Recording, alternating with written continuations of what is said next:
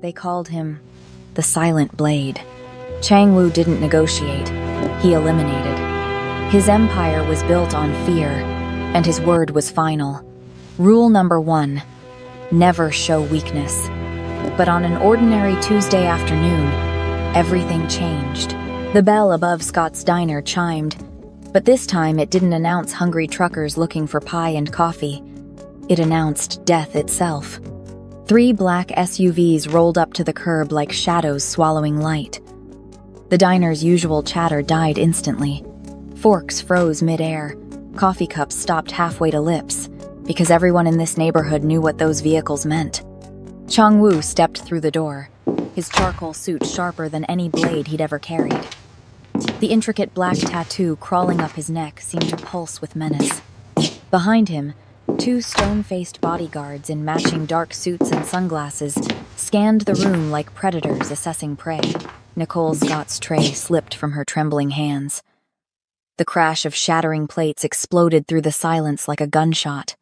Her heart hammered against her ribs as one thought screamed through her mind.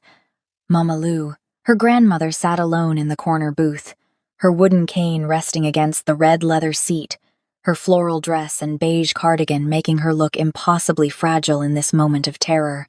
Nicole's legs moved before her brain caught up, stumbling toward her grandmother, arms outstretched as if she could somehow shield the woman who raised her from what was coming.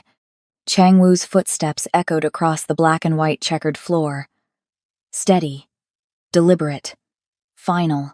Nicole positioned herself between the Mafia boss and her grandmother, her voice cracking as she screamed, "Don't touch her, please. Whatever you want, I'll—" But Chang Wu walked past her like she was invisible. His eyes were locked on Mama Lu, and for the first time in 15 years, something flickered behind that ice-cold gaze, something that looked almost human. Then the impossible happened. The most feared man in the city, the man who'd allegedly skinned his enemies alive, the man whose very name made hardened criminals weep, stopped in front of the elderly woman and did something no one had ever seen him do. He bowed. Not a polite nod, not a casual gesture. A full, 90-degree, submissive bow. His designer suit bent with him, his tattooed neck exposed and vulnerable, his hands perfectly still at his sides. The bodyguards remained frozen. The patrons under tables held their breath. Nicole's hands flew to her mouth, her eyes wide with shock and confusion. And Mama Lu? She looked up at this dangerous stranger with her steady, kind eyes, and something in them changed. Recognition, memory, understanding. "You," she whispered, her weathered hand tightening around her cane. "You're that boy." Chang Wu's voice, when he finally spoke, was so quiet it barely carried across the booth, but everyone heard it because the entire diner had become a tomb. "You fed me when I was a ghost, Halmoni. You saved me when the world had left me to die. But what did this humble grandmother do to earn the loyalty of the city's most ruthless killer? Why would a man who shows no mercy bow before her like a devoted son? And what happens when his enemies discover that the Silent Blade finally has someone he would die to protect?" Before we dive deeper into this story, take a moment to subscribe and like this video and let me know in the comments what you think is going to happen next. It truly means so much to see this community grow. Every like, comment, and share you give helps us bring more incredible stories to life together. Now, let's find out what secrets Mama Lu is hiding, and how a bowl of soup 15 years ago set off a chain of events that will turn this quiet diner into a battlefield. The silence stretched like pulled taffy, thick and suffocating. Mama Lu's eyes, those warm, knowing eyes that had seen decades of joy and pain, studied the bowed figure before her. Her trembling fingers reached out, hovering just above Chang Wu's head before gently touching his hair, the way a mother touches a child she thought she'd lost. "Chang," she breathed, and the name fell from her lips like a prayer. "Little Chang. You were so thin, so scared." His shoulders shook, just once, before he straightened. When he lifted his head, Nicole saw something that made her blood run cold, not because it was frightening, but because it was impossible. There were tears in the eyes of the Silent Blade. I was dying that winter, Chang Wu said, his voice raw and unguarded in a way that made his bodyguards shift uncomfortably. 15 years old. Starving. Running from people who wanted me dead. I collapsed behind your soup kitchen in the snow. And you, his voice cracked, you brought me inside. You fed me. You didn't ask questions. You didn't demand anything. You just gave. Mama Lou's weathered hand cupped his face, and impossibly, the most dangerous man in the city leaned into her touch like a lost child finally coming home. I remember, she said softly. You ate 4 bowls of soup, wouldn't look me in the eye, had a nasty cut on your neck. Chang Wu's hand instinctively went to his tattoo, to the ink that covered old scars and older pain. You told me that no matter how dark the night got, morning always comes. You said I was worth saving. You were. You are. Nicole stood frozen, her mind struggling to reconcile the scene before her. This was the man the news called a monster, the man whose name made police officers look over their shoulders. And he was crying in her grandmother's hands like a broken boy. Chang Wu straightened fully, composing himself with visible effort. He reached into his jacket. Nicole tensed, but he only pulled out a thick envelope.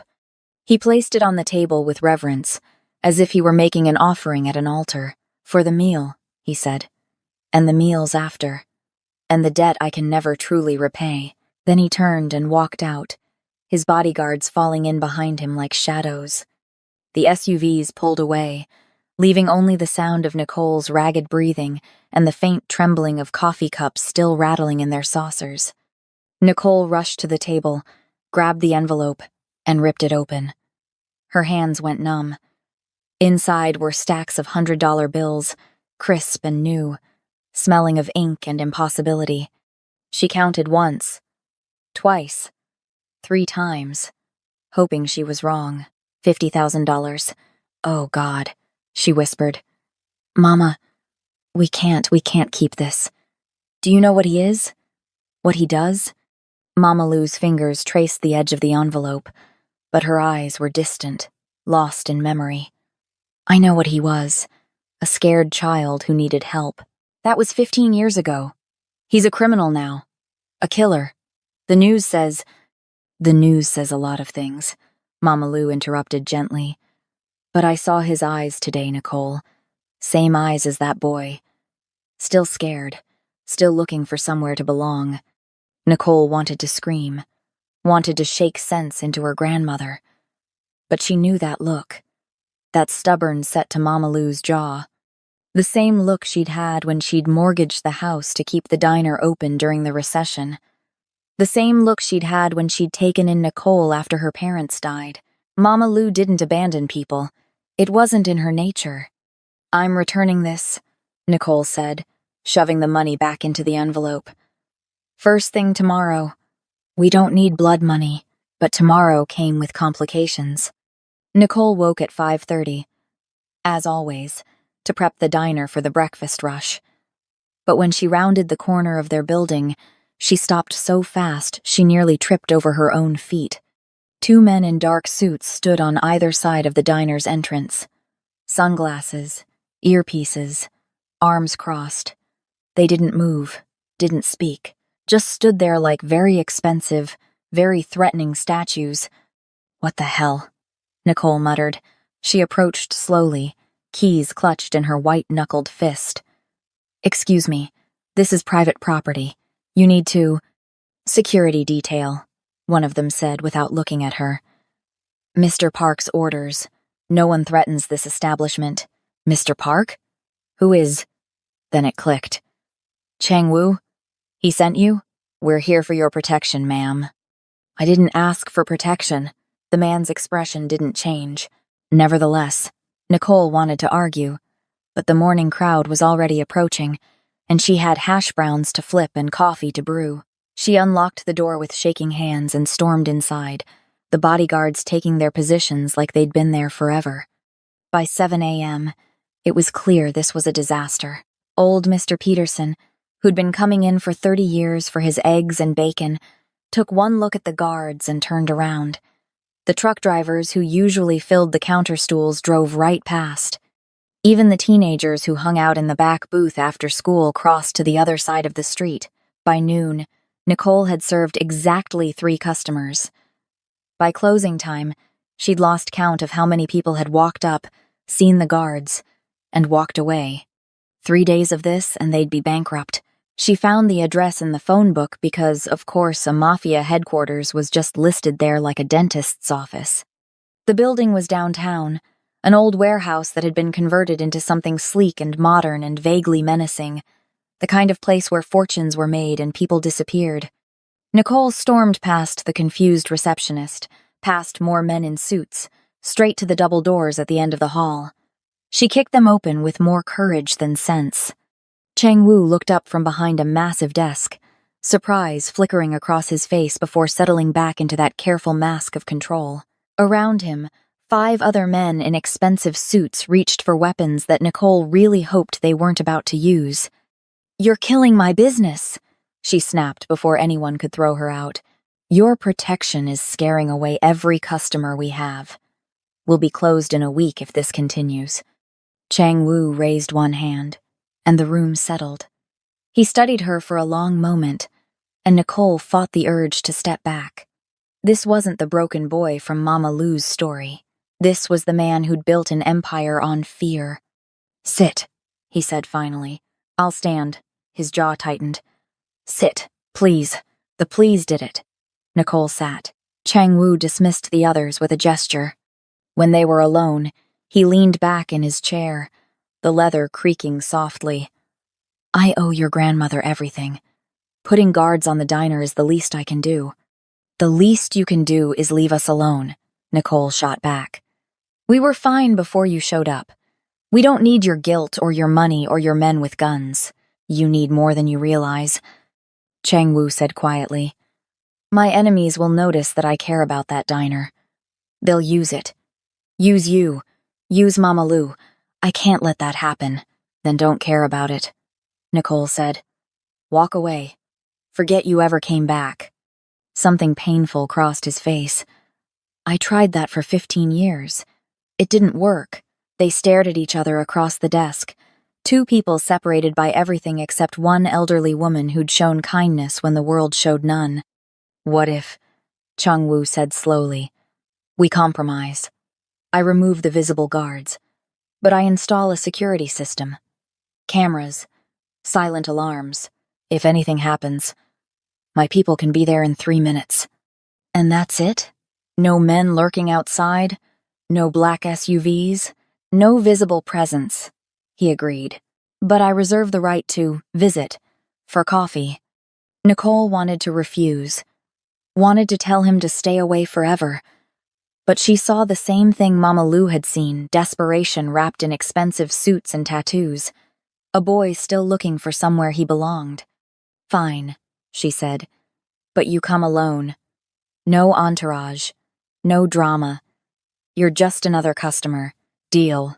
The security system was installed overnight by men who moved like ghosts. Nicole wouldn't have even known they were there, except for the small cameras now discreetly mounted in the corners and the new keypad by the back door. Chang-Woo showed up the next Tuesday at 2 p.m., during the dead zone between lunch and dinner. He wore a simple black button-down and jeans, looking almost normal except for the tattoo crawling up his neck, and the way he moved like violence was always just beneath the surface, coiled and ready. Nicole poured him coffee without being asked. The cup rattled slightly when she set it down. "Black, right?" she said. He nodded, wrapping his hands around the cup like he was trying to memorize the warmth. "Your grandmother still makes the soup?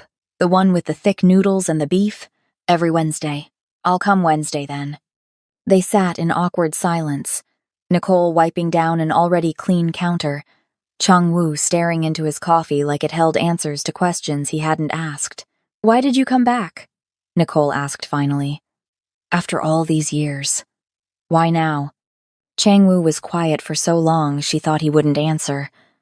"Then, I heard Mama Lou was sick last year. Heart trouble. I sent flowers to the hospital anonymously.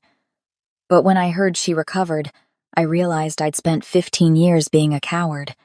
I built an empire, but couldn't face the one person who'd actually believed I was worth something.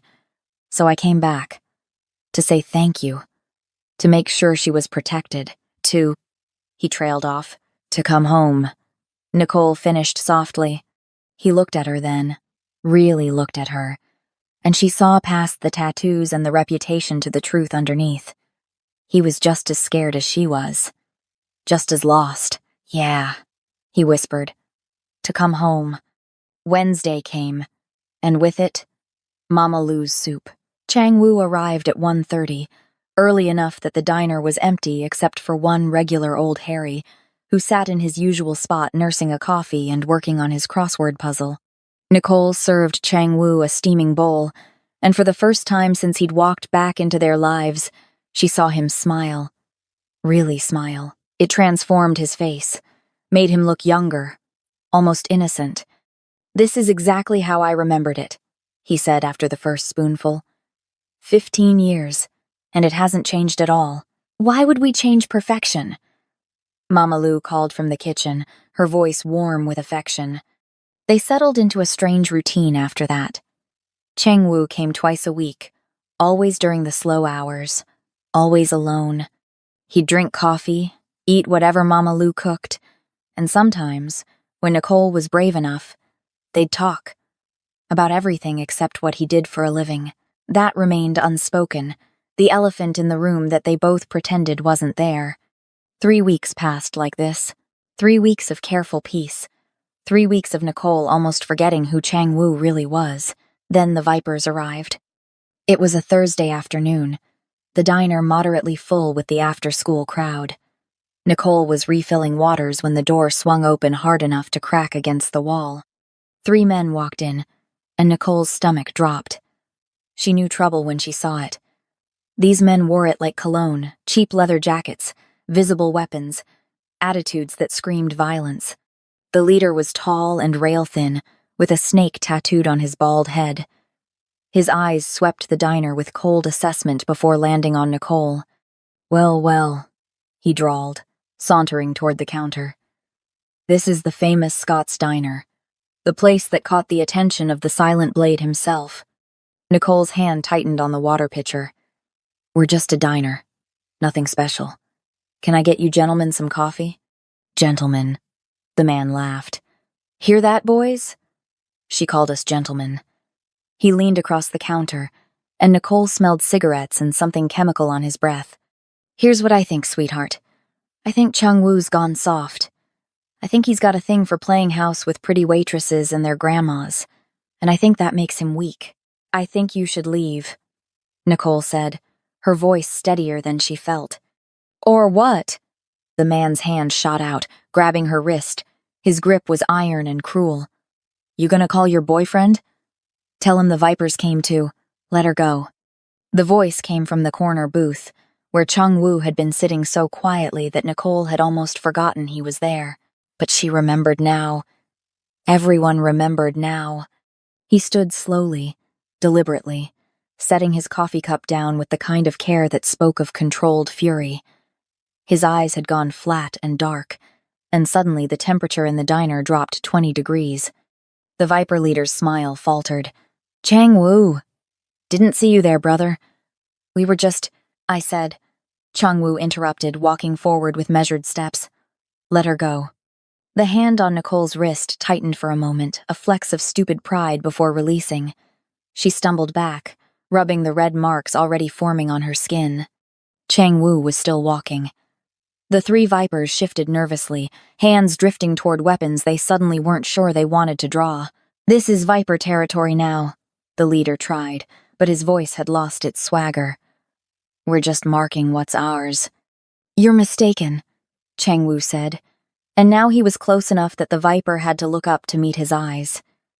This diner is under my protection. Everyone in it is under my protection. Touch them again, and I'll show you why they call me the Silent Blade. You can't. It happened so fast, Nicole almost missed it. One moment the Viper was talking. The next, Chang Wu had grabbed his hand, the same hand that had grabbed Nicole, and twisted. The crack echoed through the diner like a gunshot. The man's scream was raw and animal. He dropped to his knees, cradling his shattered hand. His friends reached for their weapons, but Chang Wu hadn't moved, hadn't even looked at them. He simply raised his other hand, and something in that gesture stopped them cold. "Tell Kang Dae," Chang Wu said, his voice soft and terrible, "that if he sends anyone near this diner again, I won't just break their hands. I'll make them wish they'd never been born. Tell him the silent blade still has teeth. Tell him this place is sacred ground, and anyone who violates it will learn exactly why I built an empire on fear." He released the man, who scrambled backward, still screaming. His friends grabbed him and dragged him toward the door, leaving a trail of blood on the black and white tiles. Chang Wu picked up his coffee cup. It hadn't spilled. Not a single drop. "Sorry about the mess," he said to Nicole, his voice back to normal, as if he hadn't just broken a man's hand without raising his pulse. "I'll have someone come clean the floor." Then, he finished his coffee in one long swallow, placed exact change on the counter, and walked out. Nicole stood frozen, her hands shaking, her mind racing. The teenagers in the back booth were recording everything on their phones. Old Harry hadn't even looked up from his crossword, his pen still moving steadily across the page as if violence was just another part of the daily routine. And Nicole realized, with a cold certainty that settled in her bones like ice, that everything had just changed. The Vipers knew about the diner now. Chang Wu had made his declaration. The protection he'd promised wasn't invisible anymore. The war had begun, and Scott's diner was ground zero. The fire came 3 nights later. Nicole was closing up, counting the register while Mama Lu swept the floor and hummed an old gospel hymn. The security cameras Chang Wu had installed blinked their steady red rhythm in the corners. Everything felt normal, safe. Then Mama Lu gasped. Nicole looked up to see orange light dancing across her grandmother's face. Through the windows, flames were crawling up the fence of Mama Lu's small garden behind the diner, the garden where she grew tomatoes and herbs, where she'd planted roses in memory of Nicole's mother. "No!" Mama Lu dropped her broom and rushed toward the back door. Nicole caught her, held her back as the fire spread faster, hungrily consuming the wooden fence posts, the raised beds, 15 years of carefully tended life. The heat pressed against the windows like a living thing. Someone had doused everything in accelerant. This wasn't an accident. This was a message. Nicole fumbled for her phone, dialed 911, then without thinking dialed the number Chang Wu had made her save, just in case. He answered on the first ring. "Nicole? They burned Mama's garden," she said, her voice breaking. "The Vipers. I'm coming. Lock the doors. Don't go outside." The fire department arrived within minutes, but the garden was already gone. Nothing left but ash and the acrid smell of gasoline and spite. Mama Lu stood at the window, silent tears tracking down her weathered cheeks, and Nicole wanted to break something, wanted to scream, wanted to make someone pay. Chang Wu arrived as the firefighters were packing up. He walked through the smoldering remains, his jaw tight, his hands clenched into fists. When he came back inside, his eyes were darker than Nicole had ever seen them. "Pack your bags," he said without preamble. "Both of you. I have a safe house upstate. Armed guards. Secure perimeter. You'll be protected until I can—" "No," Mama Lu said. Chang Wu blinked. "Mama Lu, they're escalating. Next time it won't be a garden. Next time they'll—" I said no. Mama Lu's voice was steel wrapped in velvet. "I didn't run when the bank threatened to take this place. I didn't run when the neighborhood went bad. I didn't run when my daughter died and left me with a grandbaby to raise. I'm not running now. This is different," Chang Wu insisted, and Nicole heard the fear underneath his words. "These are killers. They don't care about collateral damage. They'll hurt you to get to me." "Then maybe you should be the one to leave," Mama Lu said gently. "Maybe you should walk away. Let things settle down." "I tried that for 15 years, Chang Wu said, his voice raw. "I'm not losing you again. Either of you." Nicole looked between them, the Mafia boss and the grandmother, 2 impossibly stubborn people locked in a battle of wills. "We could compromise," she heard herself say. Stay here, but let Chang-Woo increase security. More cameras, panic buttons, whatever it takes. They'll see it as a fortress, Chang-Woo said. It'll just make you more of a target. Then we make it a fortress, Mama Lu said firmly. But we don't run. This is our home. Some things are worth fighting for. Chang-Woo closed his eyes, and Nicole saw him wrestling with something bigger than strategy or pride. He was terrified. The most dangerous man in the city was terrified of losing the only family he'd ever had. Okay, he finally said. But we do this my way. Full security. You don't go anywhere alone. And the first sign that things are going wrong, you leave. No arguments. No arguments, Mama Lu agreed. But Nicole saw the lie in her grandmother's eyes. Mama Lu would die before she abandoned her diner. The next week passed in tense anticipation. Chang-Woo's people reinforced the doors, installed bulletproof film on the windows, and placed weapons in strategic locations, just in case. Nicole learned where the panic buttons were, memorized the emergency numbers, and tried to pretend that life was normal while living in what felt increasingly like a bunker. Business picked up slightly. Word had spread about the Viper's warning, and perversely, it drew people in. Curiosity seekers. Thrill seekers. People who wanted to see the place that had caught the attention of two criminal empires. Chang-Woo came every day now, sometimes multiple times, always watching the door, always positioned between the entrance and wherever Mama Lu was sitting. Nicole caught him checking his phone obsessively, saw the messages he didn't share, the calls he took outside that left his expression grimmer each time. How bad is it? She asked one afternoon when the diner was empty except for them. Bad, he admitted. Kang Dae sees this as an opportunity. If he can kill me, he takes over my territory. If he can make me look weak, my own people will turn on me. Either way, he wins. And if you just gave him what he wants, let him have the territory? Chang-Woo laughed, but there was no humor in it. It's not about territory anymore. It's about pride. About proving he's stronger than the silent blade. He won't stop until one of us is dead. So what do? We wait, Chang-Woo said. And we hope I'm better at this game than he is. Someone's feeding them information, he added after a moment, his voice tight with frustration. They know too much. When I visit, what routes I take, even what security upgrades we've made. There's a leak somewhere. Nicole glanced around the diner. A handful of regulars sat in their usual spots, the construction workers at the counter, Mrs. Chen with her eternal cup of tea, old Harry doing his crossword in the corner booth. The same people who'd been coming here for years, their routines as predictable as the sunrise. You think it's someone here? She asked quietly. I think it's someone close enough to watch, Chang-Woo said carefully. But I don't know who yet.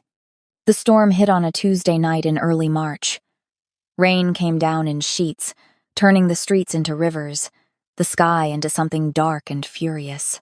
Nicole was prepping for the dinner rush when the lights flickered once, twice, then died. The dinner rush never materialized. The storm had kept people home. Even old Harry, their most reliable regular, had called earlier to say he wasn't venturing out in this weather.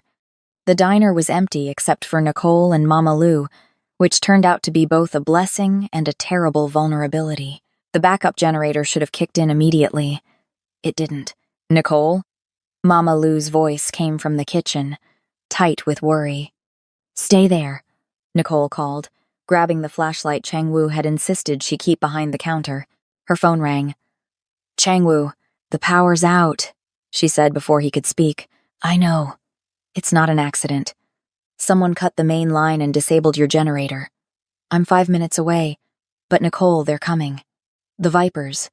Tonight. Nicole's blood turned to ice. How do you know? I have someone on the inside. He just sent word. A full hit squad. Maybe 10 men. They're planning to burn the place down with you inside, then pin it on a gas leak. You need to get Mama Lu and run. Now. The doors, Nicole said, her mind racing even as panic threatened to swallow her whole. Chang-Woo, They're reinforced. Remember? We can barricade ourselves in, wait for you to arrive with backup. Nicole, we're not running, she said, and meant it. Tell me what to do. A pause. Then, the gun behind the register. Get it. There's another under the counter by the kitchen. Bullets are in the drawer marked receipts. Lock the front door. Barricade it with tables. Move Mama Lou to the center booth it has the most cover. And Nicole? Yeah? I'm 3 minutes away. You just need to hold for 3 minutes. The line went dead.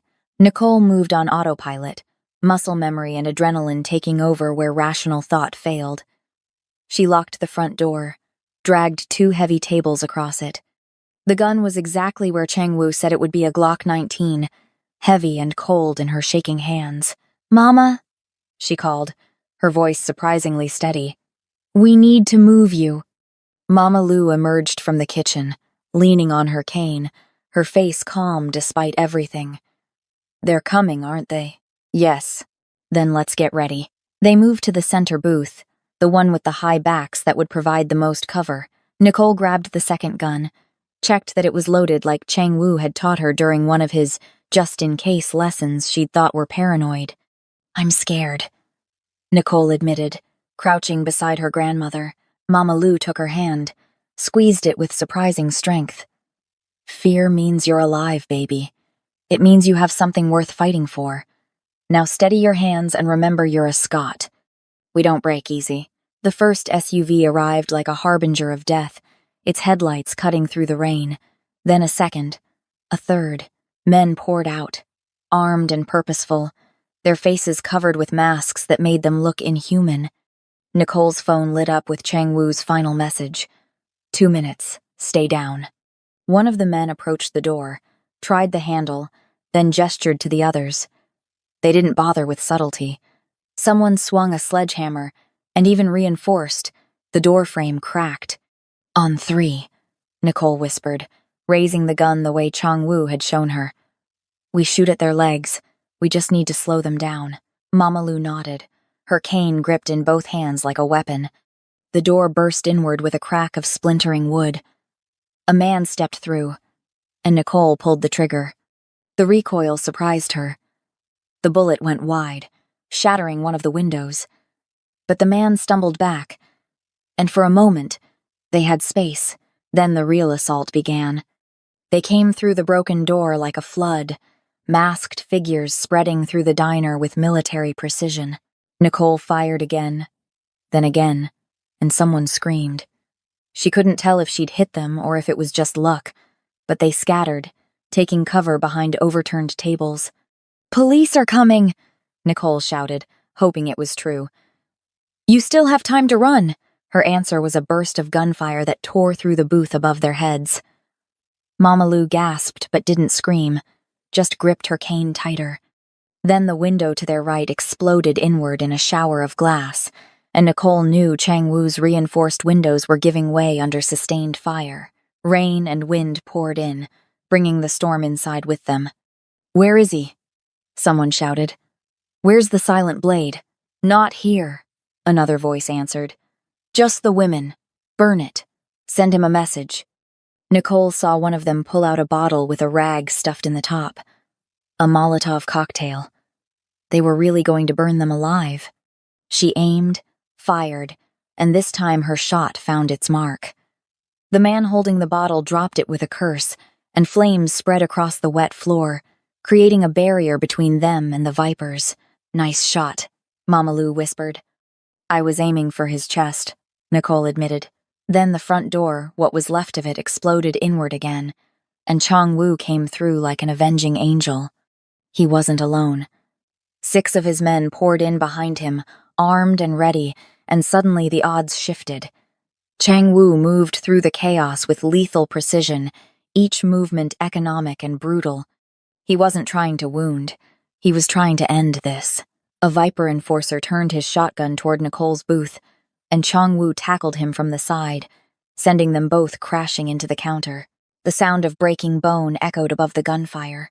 Get them out! Chang-Woo shouted to his men, but Nicole saw what he didn't. 3 more Vipers were coming through the shattered windows, flanking around toward the kitchen exit. "Behind you!" she screamed. Chang Wu spun, but he was out of position, still tangled with the man he'd just taken down. The lead viper raised his weapon, and Nicole saw Chang Wu's death written in the inevitability of that moment. Then Mama Lu moved.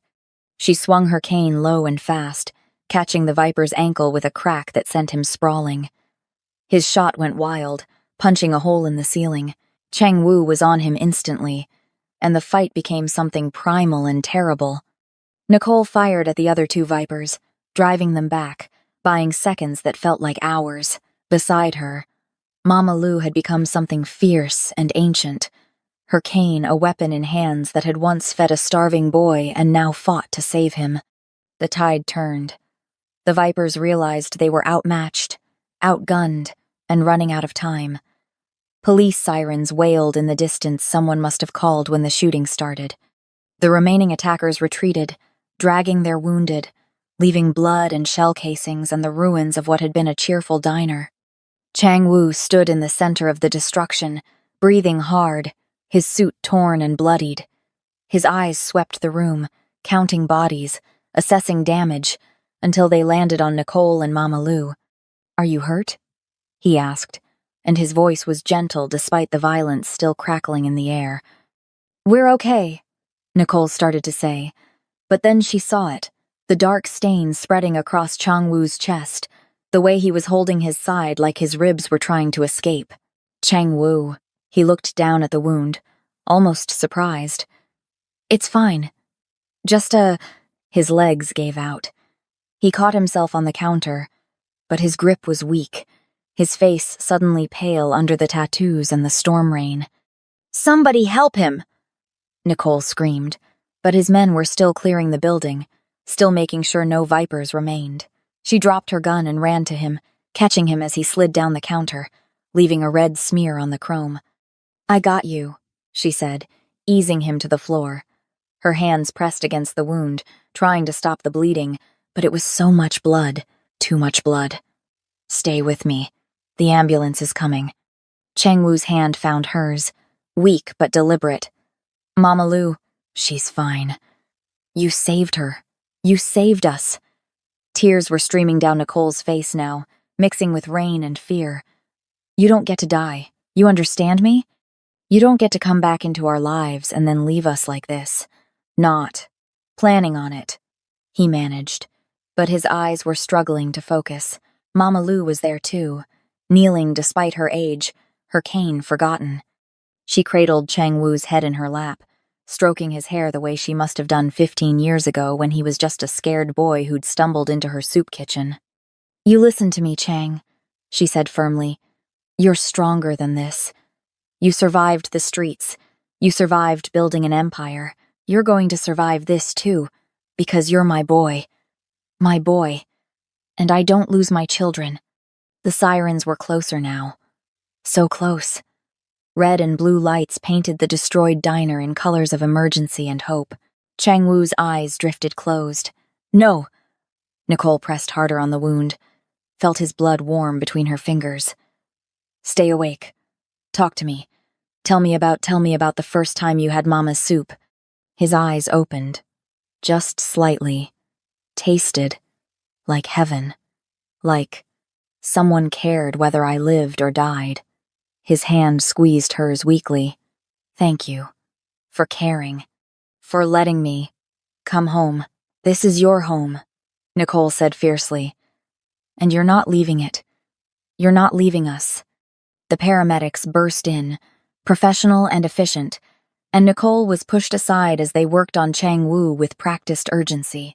They loaded him onto a stretcher, started an IV, called out medical jargon that Nicole couldn't process. One of Chang Wu's men, a massive guy named Jin who'd been guarding the diner for weeks, put a gentle hand on her shoulder. "I'll follow the ambulance. Make sure he has the best care. You should stay here. Deal with the police." "Tell them," Nicole's voice cracked. "Tell them he has to make it. Tell them he has family waiting for him." Jin nodded, something soft crossing his hard face.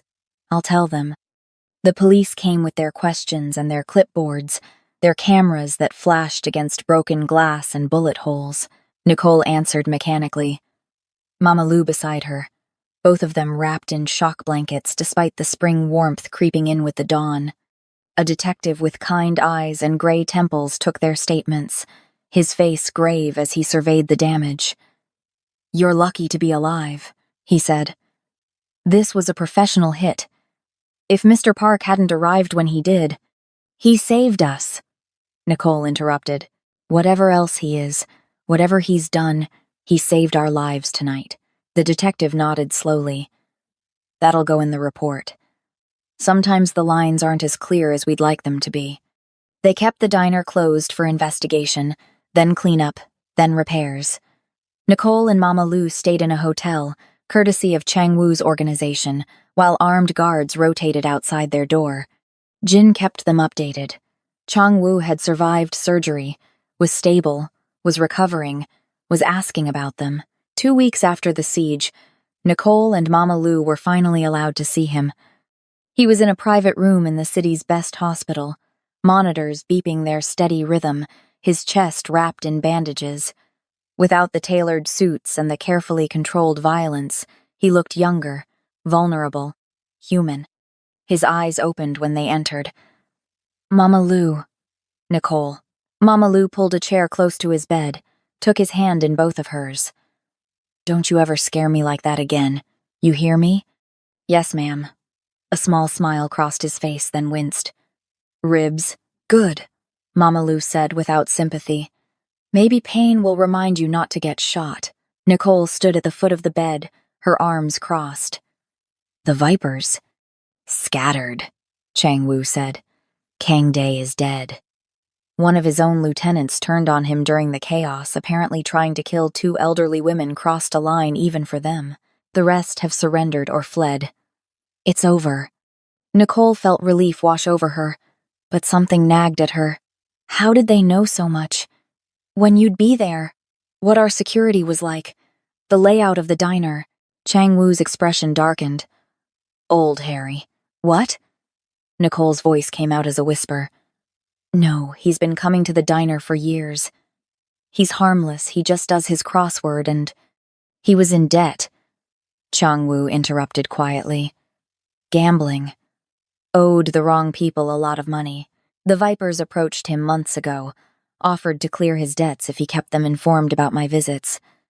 Every time I came in, what I ordered, how long I stayed, when the guards changed shifts."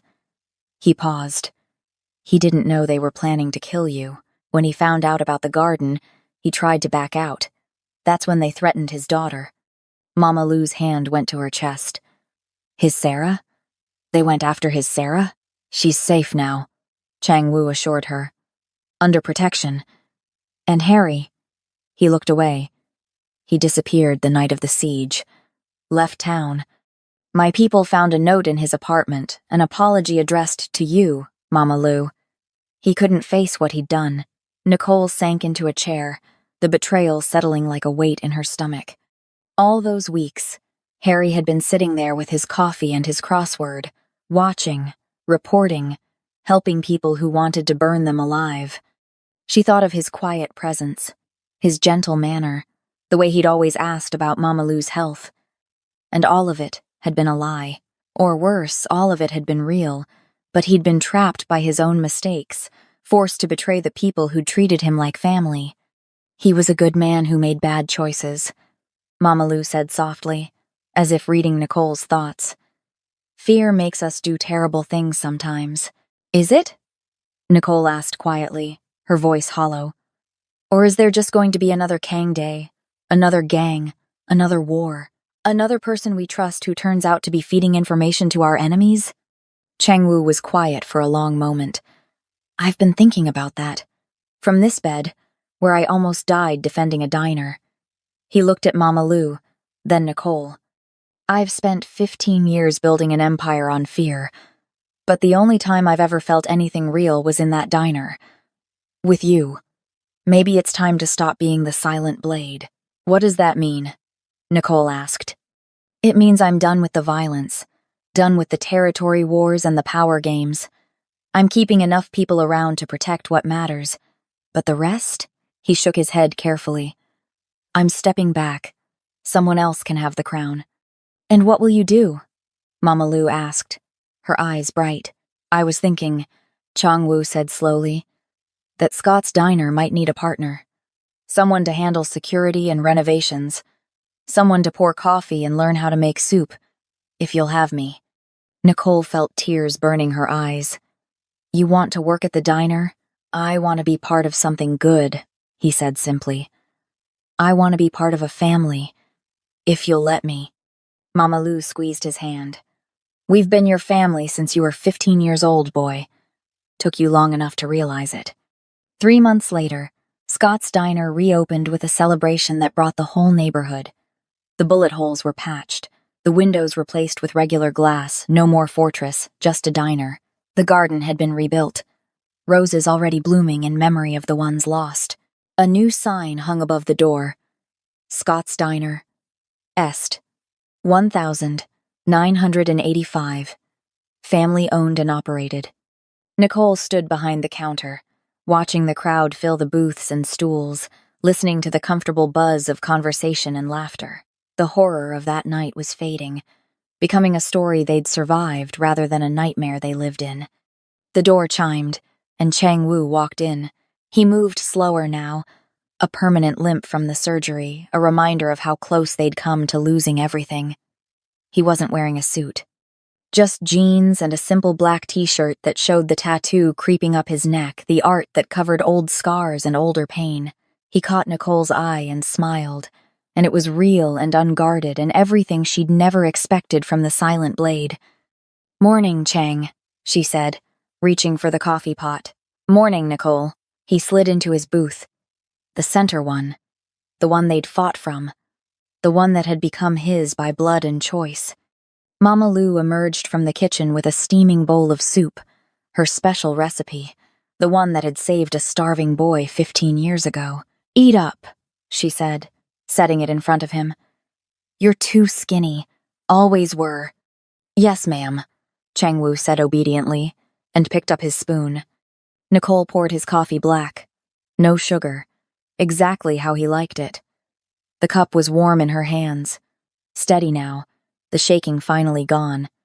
She set it down and met his eyes. Welcome home, she said. And Chang-Woo, former gang lord, feared killer, the silent blade himself, smiled at his family and said simply, It's good to be home. Outside, the morning sun burned through the last of the storm clouds.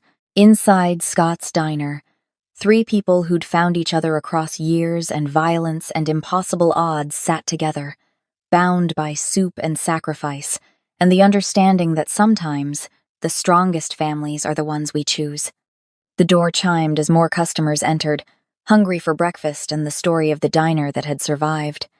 Nicole poured coffee, Mama Lu sang in the kitchen, and Chang-Woo sat in his booth, no longer running, no longer hiding, finally at peace. Some debts can never be fully repaid. Some kindnesses echo across decades. And sometimes, in the space between violence and grace, broken people find their way home. The war was over. The family remained. And the coffee at Scott's Diner was, as always, exactly what everyone needed. Can Chang-Woo protect the only family he's ever known from the enemies still lurking in the shadows? And what happens when Mama Lu reveals the full truth about the night she saved him a secret that could change everything? Hit that subscribe button right now because this story isn't over yet. There's one more twisted revelation that will blow your mind. Drop a comment below. Do you think Chang-Woo can ever truly leave his past behind, or will the silent blade always be hunting him? Like this video if you're hooked on this dangerous tale of loyalty, redemption, and found family. The final chapter drops soon, and trust me, you are not ready for what Mama Lu has been hiding all these years. See you in the next one if the diner can survive what's coming next.